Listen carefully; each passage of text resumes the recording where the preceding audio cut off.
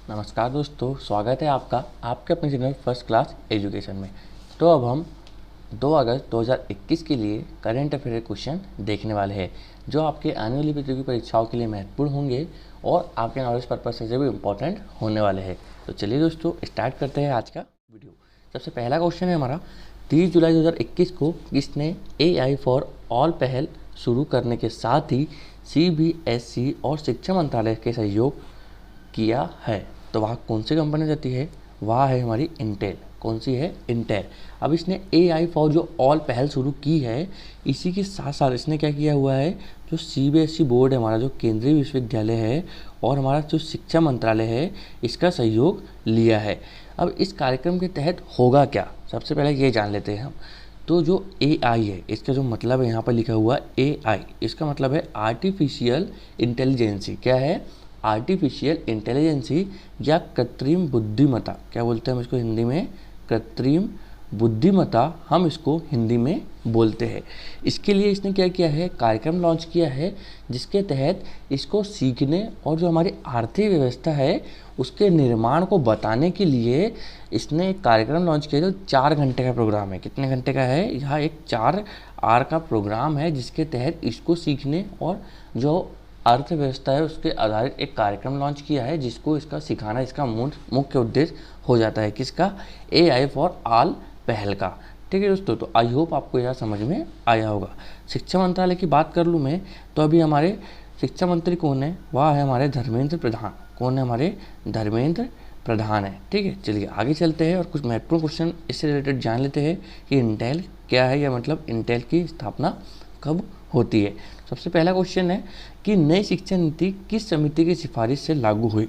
तो वह कौन सी समिति थी जिसकी सिफारिश पर क्या आई थी? नई शिक्षा समिति आई थी। तो वह कौन सी थी? कस्तूरी रंगन समिति। कौन सी थी? कस्तूरी रंगन समिति है, जिसकी सिफारिश पर जो नई शिक्षा नीति कब आई? हमारी 2020 में आई। कब आई? हमारी 2020 में आती है। उसका फॉर्मूला क्या होता है? 5+3+3+4। यह किसका स्थान लिया इसने? तो 10+2, जो हमारी शिक्षा नीति थी पहले 10+2, उसी के स्थान पर क्या आई है अब? 5+3+4 शिक्षा नीति आई है। और इसको किसकी सिफारिश पर आई है? तो कस्तूरी रंगन की सिफारिश पर आई है। कब आई है? 2020 में आई है। ठीक है, चलिए। इंटेल की स्थापना मुख्यालय या CEO कौन है? तो इंटेल की स्थापना कब होती है? इसकी स्थापना होती है 18 जुलाई 1969 में इसकी स्थापना होती है। इसका मुख्यालय कहाँ पर है? तो यह है सांता क्लोरा, USA या कैलिफोर्निया, USA में आप इसका मुख्यालय मान लीजिए। और इसके CEO कौन है अभी? तो वह है पैट ग्लिंगर। कौन है? इनके CEO जो है प्लेट ग्लेनसंगर, इसके CEO हो जाते हैं। भारत के नए शिक्षा मंत्री हमने आपको बता दिया, वह कौन है? धर्मेंद्र प्रधान है। कौन है? धर्मेंद्र प्रधान नए शिक्षा मंत्री रहते हैं। और शिक्षा किस सूची का विषय है? हमारे भारत की जो संविधान में है जो अनुसूचियाँ, उसमें जो 12 अनुसूचियाँ है, उसमें से शिक्षा किस सूची का विषय है, यह आपको बताना है। तो किस सूची का विषय हो जाता है शिक्षा? तो शिक्षा हमारा रहता है कौन सी? समवर्ती सूची का विषय हो जाता है। कौन सी सूची का विषय है हमारा? शिक्षा समवर्ती सूची का विषय हो जाता है। चलिए दोस्तों, आगे चलते हैं और नेक्स्ट क्वेश्चन की बात करते हैं। हाल ही में किस टाइगर रिजर्व को अर्थ गार्जियन श्रेणी में नेटवेस्ट ग्रुप ने अर्थ हीरोज का पुरस्कार दिया है? तो कौन सा ग्रुप है? नेटवेस्ट जो ग्रुप है उसने अर्थ हीरोज पुरस्कार दिया है। किस श्रेणी में? अर्थ गार्जियन श्रेणी में। तो वह कौन सा टाइगर रिजर्व है? वह है सतपुड़ा टाइगर रिजर्व। अब ये मिलता क्यों है? तो प्रकृति संरक्षण में। किसके लिए यह मिलता है? प्रकृति संरक्षण में बेहतर प्रबंधन के लिए। किसके लिए? प्रकृति संरक्षण में बेहतर प्रबंधन के लिए यह अवार्ड दिया जाता है। और सबसे बेहतर जो संरक्षण किया है टाइगर रिजर्व, वह कौन सा है? तो वह है सतपुड़ा टाइगर रिजर्व। जो कहाँ आता है? तो यह आता है MP में। कहाँ आता है? MP में। और MP के भी में कहाँ आता है? तो यह आता है होशंगाबाद। कौन सा है हमारा? होशंगाबाद करके एक डिस्ट्रिक्ट है, वहाँ पर यह आता है। ठीक है, अब मैं टाइगर रिजर्व के बारे में बात करूँ आपसे, तो टाइगर रिजर्व प्रोजेक्ट कब आया था? सबसे पहले तो 1973 में आता है। क्या टाइगर रिजर्व प्रोजेक्ट? यह क्यों आया था? तो बाघों के संरक्षण के लिए यह आया था। टाइगर अंतर्राष्ट्रीय टाइगर दिवस कब मनाया जाता है? तो यह मनाया जाता है 29 जुलाई को। कब मनाया जाता है? 29 जुलाई को। कब से मनाया जा रहा है? तो 2010 से मनाया जा रहा है। अब 2010 से ही क्यों मनाया जा रहा है? तो 2010 में टाइगर रिजर्व समिति बनती है। कब बनती है? 2010 में टाइगर रिजर्व समिति बनती है। और यह जो समिति या जो पेपर है कहाँ हुआ था यह? तो यह हुआ था सेंट पीटर्सबर्ग में एक समिति आयोजित होती है, जिसके तहत कहा गया था कि टाइगर की जो संख्या है वहाँ क्या करना है, अपने को डबल करना है। तो हमारे देश ने यह अचीव भी कर लिया है 2019 में। और हमारे देश की जो बाघों की संख्या है वहाँ कितनी हो गई है? अब 29,607 या हमारे बाघों की संख्या हो गई है। ठीक है, चलिए आगे चलते हैं। इससे रिलेटेड कुछ महत्वपूर्ण क्वेश्चन जान ले। टाइगर प्रोजेक्ट कब आया था? तो यह आया था 1973 में। टाइगर स्टेट ऑफ इंडिया किसे कहा जाता है? तो वहाँ कहा जाता है मध्य प्रदेश को। टाइगर मैन ऑफ इंडिया किसे कहा जाता है? तो वहाँ कहा जाता है कैलाश सांकला। किसको? कैलाश सांकला जी को कहा जाता है। और यह कहाँ के है? यह राजस्थान के हो जाते हैं। देश का सबसे नवीनतम टाइगर रिजर्व कौन सा है? तो यह है 52वें नंबर का। और यह कहाँ है? तो यह हमारे राजस्थान में है। इसका नाम क्या है? तो है रामगढ़ विषधारी। क्या है? रामगढ़ विषधारी इसका नाम हो जाता है। और राजस्थान के भी कहाँ आता है? तो यह बूंदी जिले में आता है। चलिए आगे चलते हैं, नेक्स्ट क्वेश्चन की बात करते हैं। नेक्स्ट क्वेश्चन है हमारा, प्रधानमंत्री ने गांव के बच्चों को प्ले स्कूल की सुविधा देने के लिए निम्न में से किस प्रोग्राम का शुभारंभ किया है? तो कौन सा प्रोग्राम है? वह है विद्या प्रवेश प्रोग्राम। कौन सा है? विद्या प्रवेश प्रोग्राम है। इसके तहत होगा क्या? तो अभी हाल ही में क्या हुआ है, हमारी नई शिक्षा नीति आई थी। कब? 2020 में। तो इसकी वर्षगांठ हो गई है 2021 में। ठीक है, जुलाई में क्या हो गया है, इसकी वर्षगांठ हो गई है, मतलब कि 1 साल पूरे हो गए हैं।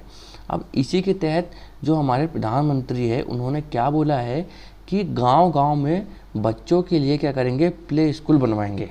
गांव-गांव में क्या करेंगे? बच्चों के लिए प्ले स्कूल बनवाएंगे, जिससे क्या होगा, जो छोटे बच्चे हैं या हमारे यहाँ के जो युवा है उनको क्या मिलेगा? खेल में प्रोत्साहन मिलेगा और वह आगे बढ़ेंगे। ठीक है दोस्तों, यह हमारे किसने कहा है? मोदी जी ने कहा है। अब नई शिक्षा नीति के बारे में बात कर लूँ। आप यदि क्वेश्चन कर ले कि नई शिक्षा नीति जो है वह कब आती है? तो 2020 में आती है। ठीक है, इसकी जो सिफारिश किस समिति की सिफारिश पर आती है? तो हमने यहाँ देखा कस्तूरी रंगन की समिति जो थी उनकी सिफारिश पर यह आती है। अब यहीं आपसे पूछ ले कि अभी तक के शिक्षा नीति कितने बार लागू की गई है? तो यह कितने बार की गई है? 3 बार लागू की गई है। कब कब की गई है?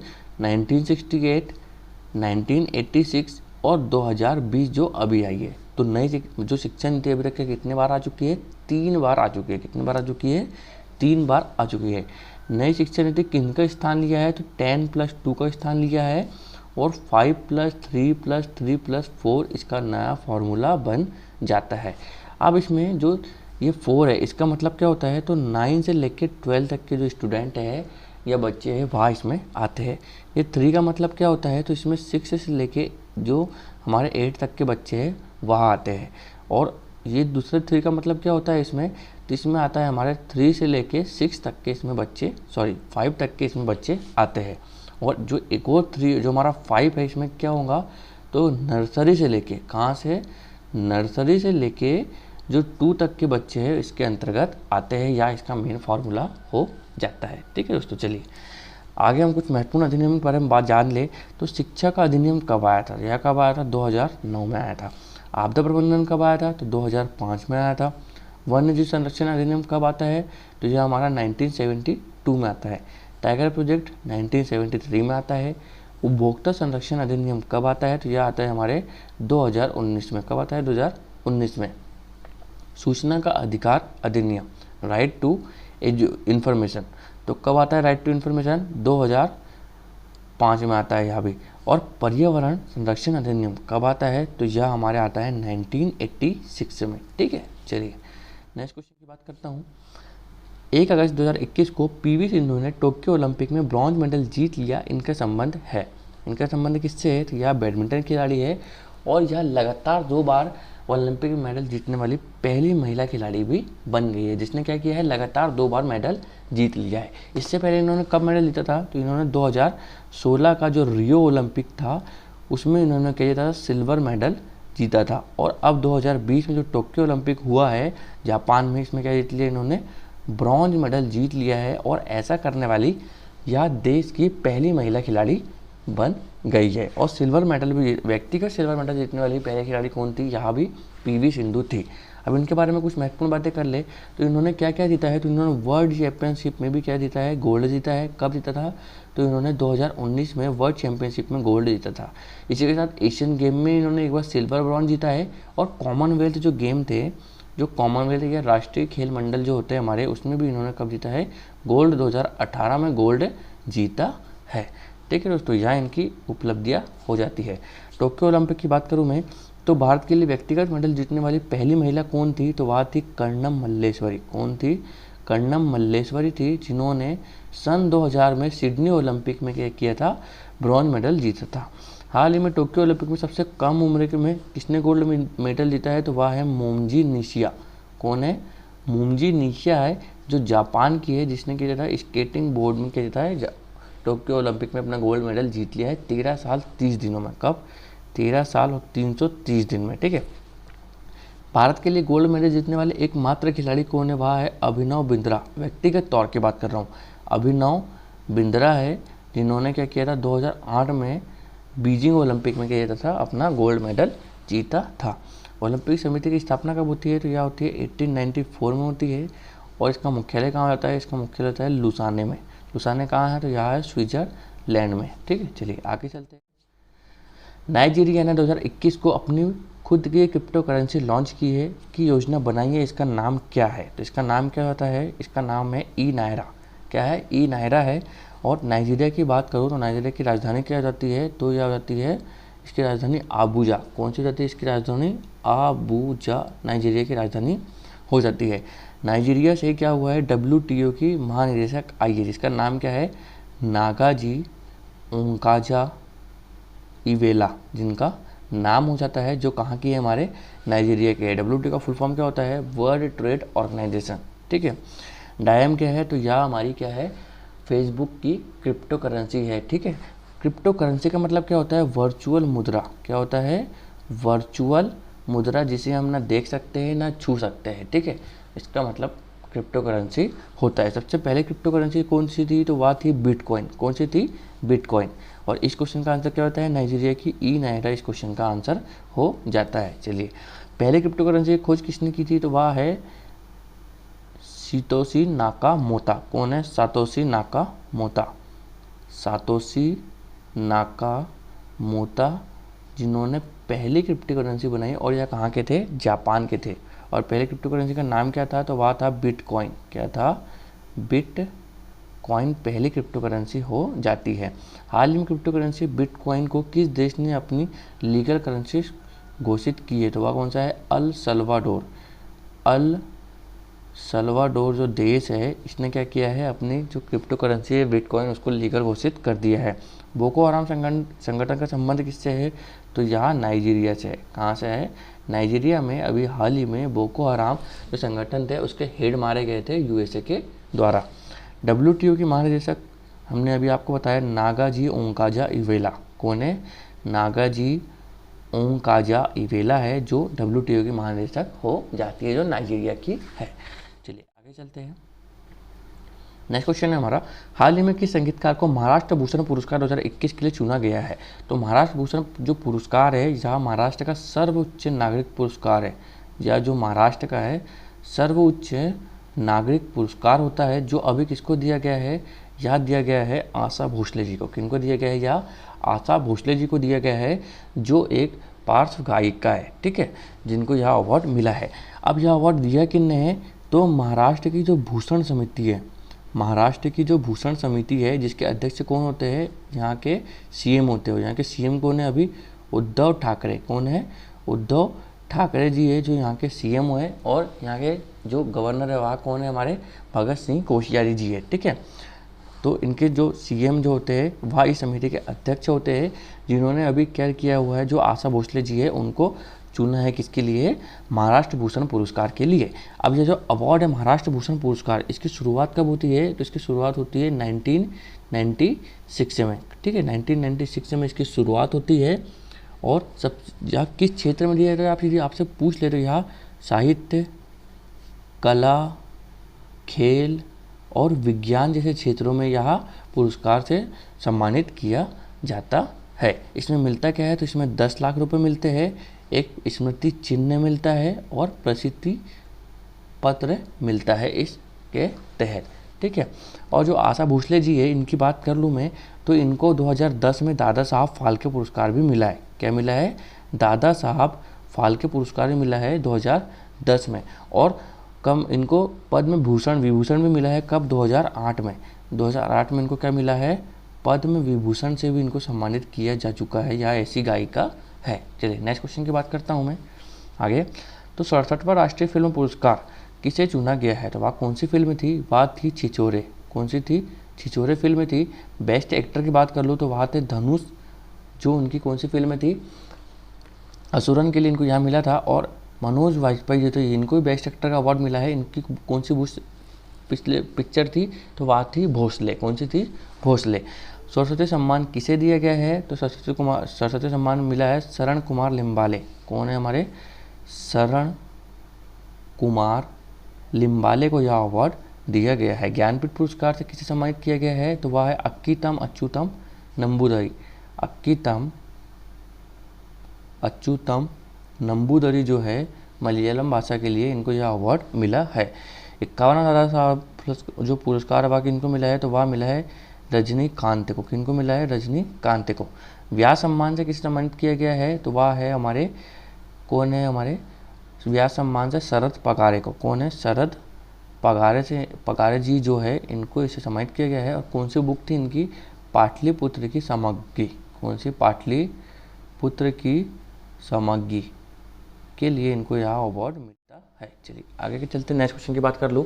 हाल ही में किसने राष्ट्रीय महिला ऑनलाइन शतरंज का खिताब जीता है, तो वह किसने जीता है, वह है हमारी वंतिका अग्रवाल। कौन है, वंतिका अग्रवाल जी हो जाती है, जो कहाँ की है, दिल्ली की है। और जिन्होंने क्या जीता है, हमारा राष्ट्रीय महिला ऑनलाइन शतरंज खिताब, जो राष्ट्रीय महिला ऑनलाइन शतरंज था उसका खिताब जीत लिया है। अब शतरंज दिवस कब आपसे मनाया जाता है, तो 20 जुलाई 2021 को शतरंज दिवस मनाया जाता है। सबसे पहले ग्रैंड मास्टर जीत ले, यदि आपसे पूछ ले कि सबसे पहले ग्रैंड मास्टर कौन, तो वह कौन है, हमारे विश्वनाथ आनंद। कौन है, हमारे विश्वनाथ आनंद है। इनको सबसे पहला क्या मिला है, राजीव गांधी खेल रत्न पुरस्कार मिला है। राजीव गांधी,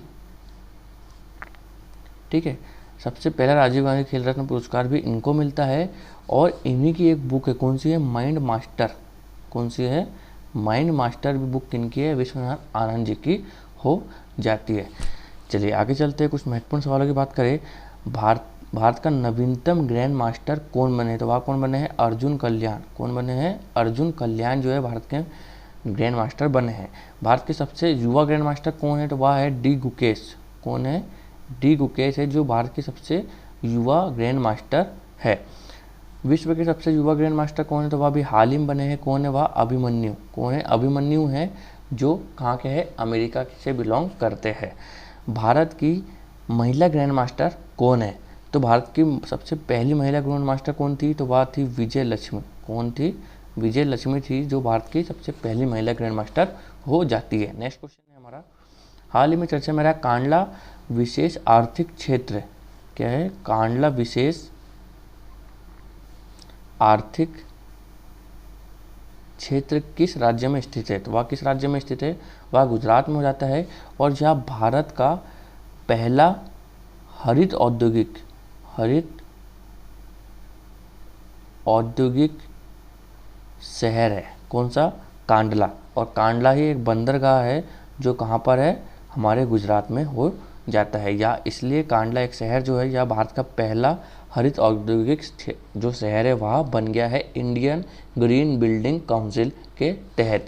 यह प्लेटिनम रेटिंग इसने प्राप्त की है, और यह जो शहर है वह हरित औद्योगिक क्षेत्र बन गया है। ठीक है, चलिए नेक्स्ट क्वेश्चन है, भारत की 40वीं यूनेस्को धरोहर स्थल कौन सी है, तो वह कौन सी है, हमारी धौलावीरा। कौन सी है, धौलावीरा है। और यहाँ पर जो लोथल है, इसको 40वीं विश्व धरोहर स्थल बनाया है। 39वीं यदि आपसे पूछ ले तो रामप्पा मंदिर है, जो तेलंगाना में स्थित है। भारत के कितने शहर यूनेस्को स्थल में शामिल है, तो 40 शहर यूनेस्को स्थल में शामिल हो गए हैं। और 40वां कौन सा है, धौलावीरा लोथल। भारत की पहली इलेक्ट्रिकल सिटी कौन सी है, तो वह है केवड़िया। कौन सी है, केवड़िया है, जहाँ पर क्या है, हमारा जो सरदार वल्लभ भाई पटेल की जो मूर्ति है जो 182 मीटर यूँची है, नर्मदा नदी के तट पर है, साधु बेट के तट पर है और राम सुतार इसके क्या हो जाते हैं, वास्तुकार हो जाते हैं। भारत की पहली रेल यूनिवर्सिटी कहाँ खोली गई है, तो वह वडोदरा में खोली गई है, गुजरात में। ठीक है, चलिए आगे चलते हैं। नेक्स्ट क्वेश्चन की बात कर लूँ मैं आपसे, तो हाल ही में वर्ष 2021 में किसे अर्थ ओवरशूट डे कब रहा है यह मनाया है, तो यह कौन मनाता है अर्थ ओवर डे, तो इसको कौन मनाता है, हमारा WWF। कौन मनाता है, WWF world wide food fund. कौन है, वर्ल्ड वाइड फंड है जो इसको बनाता है। ये इसकी स्थापना कब होती है, तो 1961 में इसकी स्थापना होती है और इसका जो मुख्यालय वहाँ कहाँ पर है, स्विट्जरलैंड के ग्लैंड में इसका मुख्यालय हो जाता है।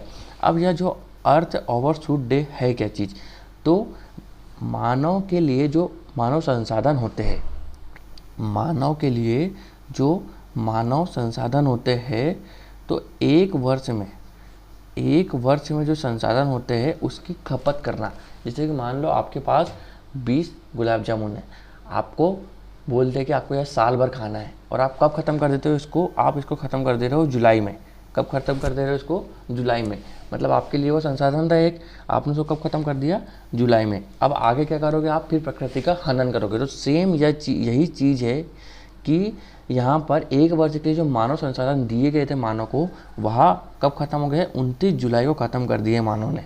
अब आगे क्या होगा, प्रकृति का इसके तहत धोवन होने वाला है। और 2020 में क्या हुआ था, तो 2020 में यह जो संसाधन कब तक चले थे, तो 22 अगस्त तक के यह संसाधन चले थे। अब इससे क्या होगा, हमारी प्रकृति का हनन करेगा कौन, मानव। ठीक है, यह इसका मुख्य उद्देश्य हो जाता है। चलिए आगे चलते हैं और नेक्स्ट क्वेश्चन की बात करते हैं। और आज का हमारा यह आखिरी क्वेश्चन है कि हाल ही में केंद्रीय मंत्रालय ने चिकित्सा पाठ्यक्रम में अखिल भारतीय कोटा योजना में अन्य पिछड़ा वर्ग हेतु आरक्षण कोटा की घोषणा की है। तो कितने परसेंट घोषणा की है ओबीसी के लिए, तो वह की है 27%। कितनी की है, 27% की है। किसके तहत की है, तो भारतीय कोटा योजना, अखिल भारतीय कोटा योजना AIQ, इसके तहत की गई है, ना कि हमारे ओबीसी के लिए की गई है। ओबीसी के लिए की गई है, लेकिन इस केंद्र सरकार ने नहीं करी गई। ये किसने की है, अखिल भारतीय कोटा जो है एक संस्था है, इसने कराया किसके लिए, यूजी और पीजी के लिए। किसके लिए, यूजी और पीजी के लिए जो हमारी छात्र छात्राएं हैं चिकित्सा के क्षेत्र में, उनके लिए क्या किया गया है, AI जो Q है इसने ओबीसी के लिए 27% और जो EWS उसमें अदर बैकवर्ड जो क्लास है EWS के लिए क्या कर दिया गया है, 10% की घोषणा की गई है। अब इसका मतलब क्या है, तो जो छात्र दूसरे राज्य से पढ़ने के लिए आते हैं हमारे यहाँ, जो छात्र दूसरे राज्यों से हमारे राज्य में पढ़ने के लिए आएंगे, तो उनको योग्यता के आधार पर क्या करेंगे, योग्यता के आधार पर सीट मिलनी चाहिए। ठीक है, इसके आधार पर सीट मिलनी चाहिए, कोई भेदभाव ना हो और उसका निर्धारण हो एकदम पारदर्शिता के साथ में। इसलिए यह सुविधा स्टार्ट की किसने, AIQ ने। इससे पहले ST SC को भी क्या दिया गया था, अखिल भारतीय के लिए कोटा दिया गया था। वह कब दिया गया था, तो 2007 में दिया गया था SC और ST को। अब क्या किया गया है, OBC को मिला है कब, 2021 में। कितना मिला है, तो 27 और 10% इनको यहाँ कोटा मिलता है। किसके क्षेत्र में, चिकित्सा के क्षेत्र में। चलिए आगे चलते हैं और हम कल का रिवीजन कर लेते हैं। सबसे पहले, हाल ही में किस राज्य ने देवारण्य योजना लॉन्च की है, तो किसने की है वह, तो वह की है मध्य प्रदेश ने यह योजना लॉन्च की है। नेक्स्ट है हमारा, जुलाई 2021 में संघीय संगठन के रक्षा मंत्रियों की बैठक कहाँ पर हुई है, तो वह दुशांबे में हो जाती है। 27 जुलाई 2021 को जारी world economic outlook report IMF ने कितनी रखी घटाकर दर, तो 9.5 रख दी है। नेक्स्ट है, हाल ही में भारत के पूर्व खिलाड़ी नंदू नाटेकर का निधन हो गया, इनके संबंध है बैडमिंटन से हो जाता है। नेक्स्ट है हमारा, किस राज्य ने विधानसभा राज्य में अपना पहला खेल यूनिवर्सिटी की बात करें, तो बिहार हो जाता है इसका आंसर। नेक्स्ट है, राज्य सरकार ने मिशन निर्यातक बनो किसने शुरू किया है, तो राजस्थान सरकार ने किया है। स्पेस एजेंसी इंटरनेशनल स्पेस के लिए नौका नाम से मॉडल किसने लॉन्च किया, तो वह रोसकॉसमॉस हो जाती है। नेक्स्ट है, संसद किशोर न्यायालय या संशोधन विधेयक पारित किया है। यह अधिनियम कब आया था, 2015 में आया था। बाल संरक्षण अधिनियम के तहत अंतर्राष्ट्रीय बाघ मानक कार्यकारी समिति ने कितने टाइगर रिजर्व को अंतर्राष्ट्रीय मानकों के लिए खतरा उतारा है, तो वह है 14 है। और लास्ट है नजीब मिकाती किस देश के नए प्रधानमंत्री बने हैं, तो वह बने हैं लेबनान के। चलिए दोस्तों, आज के वीडियो हम यहीं तक रखते हैं। आई होप आपको यह वीडियो पसंद आया होगा। आपको वीडियो पसंद आता है इसे शेयर कीजिए, लाइक कीजिए और हमारे चैनल को सब्सक्राइब कर लीजिए। थैंक यू सो मच दोस्तों।